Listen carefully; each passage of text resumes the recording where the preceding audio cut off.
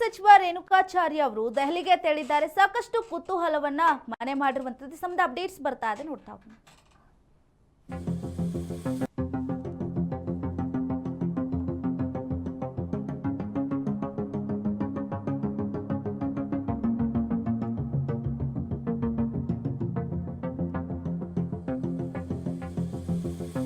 ದೆಹಲಿಗೆ ತೆರಳಿರುವ ಮಾಜಿ ಸಚಿವ ರೇಣುಕಾಚಾರ್ಯ ಹೈ ನಾಯಕರ ಭೇಟಿ ಆಗೋದಕ್ಕೆ ತೆರಳಿರುವ ಸಾಧ್ಯತೆ ಕೂಡ ಇದೆ. ಕೆಲ ಮುಖಂಡರ ಜೊತೆ ಈಗಾಗಲೇ ರೇಣುಕಾಚಾರ್ಯ ಅವರು ದೆಹಲಿಗೆ ತೆರಳಿದ್ದಾರೆ. ಕರ್ನಾಟಕ ಭವನದಲ್ಲಿರುವಂತಹ ರೇಣುಕಾಚಾರ್ಯ ಮತ್ತೆ ಟೀಮ್ ಅವರು ಈಗಾಗಲೇ ಕರ್ನಾಟಕ ಭವನದಲ್ಲಿ ಉಳ್ಕೊಂಡಿರುವಂತದ್ದು. ಇನ್ನು ರೇಣುಕಾಚಾರ್ಯರ ಈ ದೆಹಲಿ ಭೇಟಿ ಸಾಕಷ್ಟು ಕುತೂಹಲವನ್ನ ಕೆರಳಿಸ್ತಾ ಇದೆ.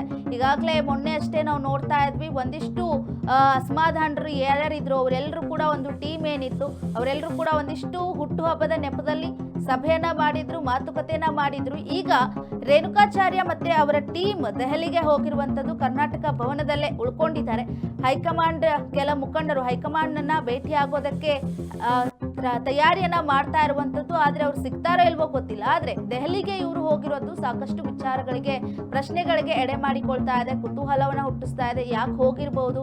ಈಗಾಗಲೇ ರಾಜ್ಯಾಧ್ಯಕ್ಷರ ಸ್ಥಾನ ಏನಿದೆ ಅದ್ರ ವಿಚಾರವಾಗಿ ಸಾಕಷ್ಟು ಚರ್ಚೆ ಆಗ್ತಾ ಇದೆ. ಒಂದಿಷ್ಟು ಅಸಮಾಧಾನ ಕೂಡ ಇರುವಂತದ್ದು. ಹಾಗಾಗಿ ಹೈ ನಾಯಕರನ್ನ ಭೇಟಿಯಾಗಿ ಏನ್ ಮಾಡ್ತಾ ಇದ್ದೀರಾ, ಯಾರು ಆಗಬಹುದು ಅನ್ನುವಂತ ಮಾಹಿತಿನ ತಿಳ್ಕೊಳಕ್ ಹೋಗಿದಾರ ಅಥವಾ ನೋಡಿ ಅಧ್ಯಕ್ಷರನ್ನ ಇವರೇ ಮುಂದುವರಿಸ್ರಿ ಅನ್ನುವಂಥದ್ದು ಹೇಳಿಕೆಯನ್ನ ಮಾಡ್ತಾ ಇದ್ರೆ ಗೊತ್ತಿಲ್ಲ. ಯಾಕಂದ್ರೆ ಇತ್ತೀಚೆಗೆ ಸೈಲೆಂಟ್ ಆಗಿರೋರು ಸಡನ್ ಆಗಿ ಈಗ ವೈಲೆಂಟ್ ಆಗಿ ದೆಹಲಿಗೆ ಹೋಗಿದ್ದಾರೆ ಅಂತಂದ್ರೆ ಸಾಕಷ್ಟು ಕುತೂಹಲವನ್ನ ಮೂಡಿಸ್ತಾ ಇರುತ್ತೆ.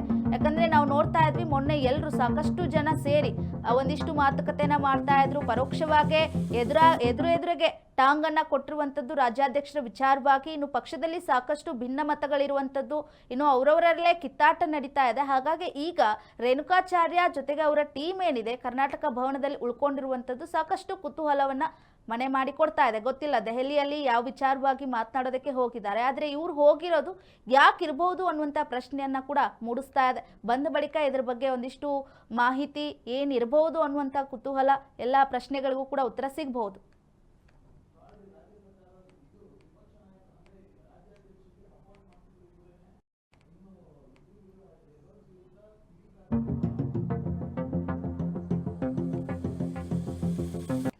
ಇಷ್ಟು ದಿನ ನಾವು ನೋಡ್ತಾ ಇದ್ವಿ ರಾಜ್ಯಾಧ್ಯಕ್ಷರಿಗೆ ಸಪೋರ್ಟ್ ಮಾಡ್ತಾ ಇದ್ರು. ಆದ್ರೆ ಮೊನ್ನೆ ರೆಬೆಲ್ಸ್ ನಾಯಕರು ಎಲ್ಲ ಕೆರಳಿರೋ ನಿಟ್ಟಿನಲ್ಲೂ ಕೂಡ ಹೈಕಮಾಂಡ್ ಜೊತೆಗೆ ಈ ವಿಚಾರ ಬಗ್ಗೆ ಮಾತನಾಡೋದಕ್ಕೆ ಹೋಗಿದಾರ ಅಥವಾ ಹೈಕಮಾಂಡ್ ಇವ್ರಿಗೆ ಕರೆ ಕೊಟ್ಟಿರೋ ನಿಟ್ಟಿನಲ್ಲಿ ದೆಹಲಿಗೆ ಹೋಗಿದಾರ ಅನ್ನುವಂಥ ಪ್ರಶ್ನೆಗಳು ಕೂಡ ಮತ್ತೊಂದು ಕಡೆ ಇದೆ.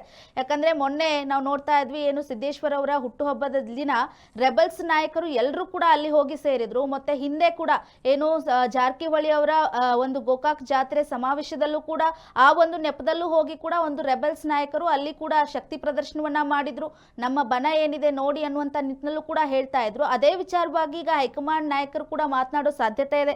ಯಾಕೆ, ಏನು ಅಸಮಾಧಾನ ಇದೆ ನೋಡಿ, ಈಗ ವಿಪಕ್ಷಗಳಿಗೆ ನೀವು ಈ ರೀತಿಯಾಗಿದ್ರೆ ಮುಂದಿನ ಚುನಾವಣೆಗೂ ಕೂಡ ಕಷ್ಟ ಆಗುತ್ತೆ ಅನ್ನುವಂಥ ವಿಚಾರದಲ್ಲಿ ಕೂಡ ಸಂದೇಶವನ್ನ ಕೊಡೋದಕ್ಕೂ ಇರಬಹುದು. ಅಥವಾ ಮುಂದಿನ ನಿರ್ಧಾರ ಏನು ಮಾಡಿದ್ರೆ ನಾವು ಪಕ್ಷಕ್ಕೆ ತಟಸ್ಥವಾಗಿರ್ತೀವಿ ಅನ್ನುವಂಥ ನಿರ್ಧಾರವನ್ನ ಹೇಳೋದಕ್ಕೂ ದೆಹಲಿಗೆ ಹೋಗಿರ್ಬೋದು.